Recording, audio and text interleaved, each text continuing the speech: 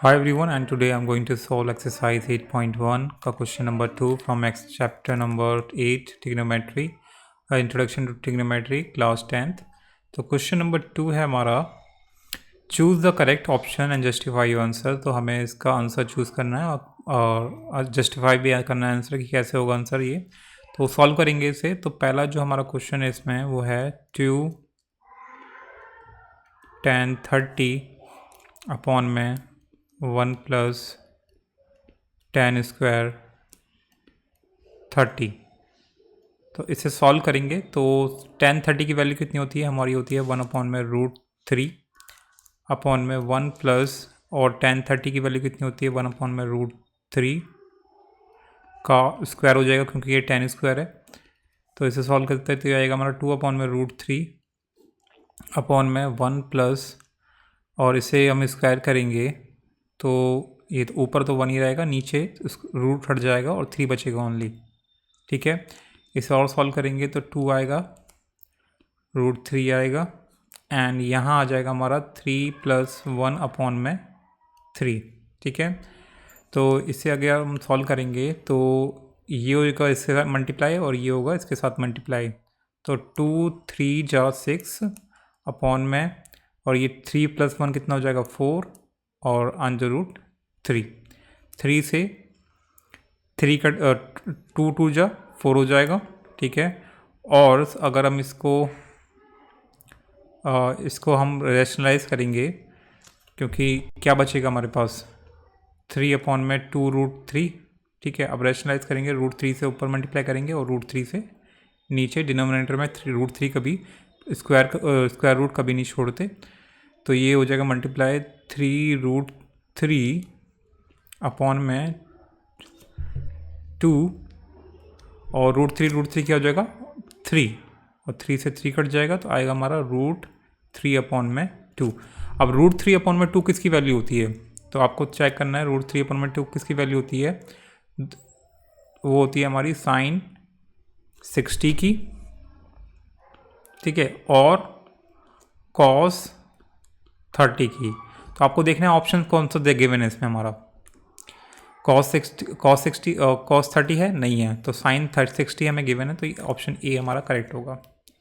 ठीक है, तो √3 अपॉन में 2 sin 60 की भी होती है और cos 30 की भी होती है। तो उसमें आपको देखना है कि कौन सा ऑप्शन करेक्ट दे रखा है, वही उस पर आपको टिक कर देना है। ठीक है, तो cos 30 तो आपको दे ही नहीं रखा कहीं भी, तो sin 60 दे रखा, तो sin 60 पे करेक्ट टिक कर देंगे।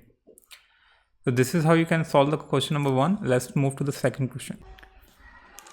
So let's solve the question number 2 from 2. So ये है हमारा 1 minus tan square 45 degree upon में 1 प्लस tan स्क्वायर 45 डिग्री। तो इसमें चेक करना है कि कौन सा ऑप्शन ठीक होगा इसके लिए। तो वैल्यू पुट करेंगे इनकी। तो tan 45 की वैल्यू कितनी होती है हमारी, tan 45 की वैल्यू आपको टेबल में चेक करना है। तो tan 45 की होती है हमारी 1, और क्योंकि tan स्क्वायर है तो स्क्वायर लग जाएगा 1 के ऊपर। ऐसे ही नीचे भी 1 ही होगा tan 45, और इसका स्क्वायर आ जाएगा। तो 1 - 1 अपॉन में 1 + 1। ठीक है, ये होगा, और 1 - 1 कितना होता है 0, 0 अपॉन में 1 = 0, तो यानी कि 0 आ रहा है। तो 0 इसमें हमारा डी ऑप्शन दे रखा है करेक्ट, तो डी लिख देंगे, तो डी हमारा करेक्ट आंसर होगा। ठीक है, so let's move to the third question. Third question इसमें गिवन है गाइस हमारा कि ए की किस वैल्यू के लिए ये जो इक्वेशन है ये ट्रू है। तो इक्वेशन क्या दे रखी है, sin 2a = 2 sin a। तो हम एक एक करके वैल्यू चेक करेंगे। पहले एक बार 0 रख के देखते हैं, अगर a = 0 पुट करते हैं, ठीक है, तो sin 2 0। ठीक है, तो क्या आएगा हमारा, ये हो जाएगा हमारा sin 0, और sin 0 की वैल्यू होती है हमारी 0। अगर राइट साइड में पुट करेंगे हम, तो राइट साइड में अगर मैं 0 पुट करता हूँ एक ही जगह, तो 2 sin 0, तो sin 0 की वैल्यू होती है 0, तो यानी कि 2 को 0 से मल्टीप्लाई करेंगे तो 0, तो यानी राइट और right hand side left hand side 0 में तो इक्वल आ चुकी है।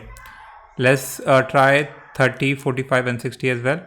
तो अगर मैं 30 में पुट करता हूँ तो a इक्वल टू 30 पुट करता हूँ, तो लेफ़्ट साइड में पुट करता हूँ, इस वाले में पुट करता हूँ पहले। सो साइन 230, a की जगह मैंने 30 पुट कर दिया, तो ये हो जाएगा हमारा साइन 60, और साइन 60 की वैल्यू होती है हमारी √3/2। टेबल में आपको चेक करना है, अगर आपको याद नहीं है टेबल वैल्यू पे याद नहीं है तो आपको, ठीक है। और ऐसे ही अगर मैं राइट साइड में पुट करूँ तो 2 साइन 30, तो 2 साइन 30 की वैल्यू कितनी होती है हमारी 1/√2, 1/2, तो ये हो जाएगा हमारा 1। तो यानी कि इसके लिए 30 के लिए हमारा ये इक्वेशन ट्रू नहीं है, तो हम कह सकते हैं ये ट्रू, मतलब ये सेटिस्फाई नहीं कर रही है इक्वेशन। अगर a इक्वल टू 30 पुट करते हैं तो a इक्वल टू 60 पुट करेंगे तो भी नहीं आएगा, और a इक्वल टू 45 पुट करेंगे तो भी नहीं आएगा। अब अगर आप पुट करके चेक कर सकते हैं, हमारा फर्स्ट में ही हमारा करेक्ट आ गया है, तो हम a को करेक्ट कर देंगे क्योंकि ऑप्शन हमारा एक ही इसमें सही होगा। अब मैं आपको पुट करके दिखा देता हूँ जिससे कि आपको और क्लियर हो जाएगा। तो 45 अगर पुट करता हूँ मैं, तो साइन 245, तो ये हो जाएगा हमारा साइन 90, और साइन 90 होती है हमारी 1। अगर मैं साइन राइट हैंड साइड में पुट करता हूँ, इस वाले में एक ही जगह 45 पुट करता हूँ, तो ये 45 और साइन 45 होता है हमारा 1/√2, तो यानी कि क्या आ गया हमारा 2/√2। अगेन इसके लिए भी करेक्ट नहीं है। अगर मैं a इक्वल टू 60 पुट करता हूँ, तो साइन 260, और ये हो गया हमारा साइन 120, ठीक है। और 120 और साइन 120 की वैल्यू क्या होती है, इसके लिए आपको इसे चेंज करना होगा, तो 180 माइनस 60, और 180 में ये आपको अभी शायद आपको ये बताया हुआ है नहीं हुआ है, तो इसके लिए हम इसकी वैल्यू फाइंड करेंगे, तो ये आएगा हमारा साइन 60। 180 में फंक्शन चेंज नहीं होता है, तो ये आपको अभी पढ़ा हुआ नहीं है, लेकिन मैं इसकी वैल्यू वैसे बता रहा हूँ अपने मेथड से। साइन 60 की वैल्यू होती है हमारी √3/2। ऐसे ही दूसरी साइड पुट करेंगे,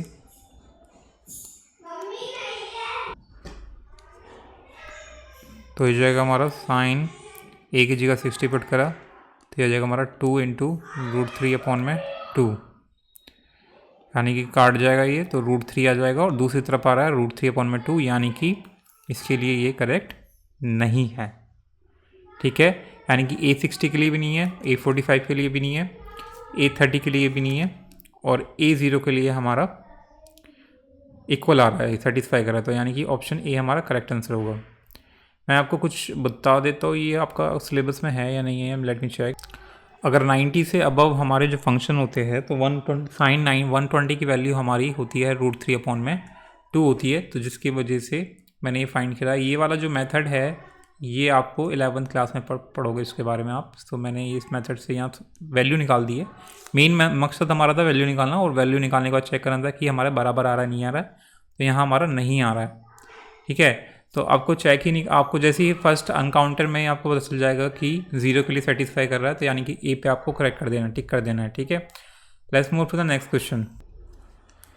अब क्वेश्चन नंबर 4 दे रखा है इसमें हमारा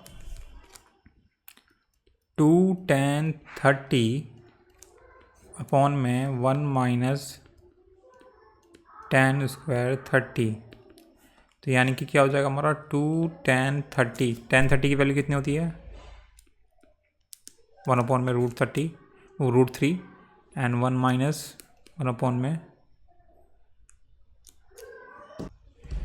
सो 1, ये क्वेश्चन 1 की तरह ही सिमिलर दे दिया, बस साइन चेंज कर दिया नीचे वाला, तो ये हो जाएगा हमारा √3 का स्क्वायर, क्योंकि tan का स्क्वायर है, तो √1 में √3, यानी कि tan 30 की वैल्यू का स्क्वायर हो जाएगा, तो ये हो जाएगा हमारा 2 में √30 1 माइनस 1 में √3 का स्क्वायर क्या होगा, 1 का स्क्वायर 1 आएगा, √3 का स्क्वायर √3 आएगा ओनली, तो ये हो जाएगा हमारा 2 में √3 ये हो जाएगा 3 - 1 अपॉन में 3, तो ये हो जाएगा हमारा 2 अपॉन में √3 अपॉन में 2 अपॉन में 3 ओनली।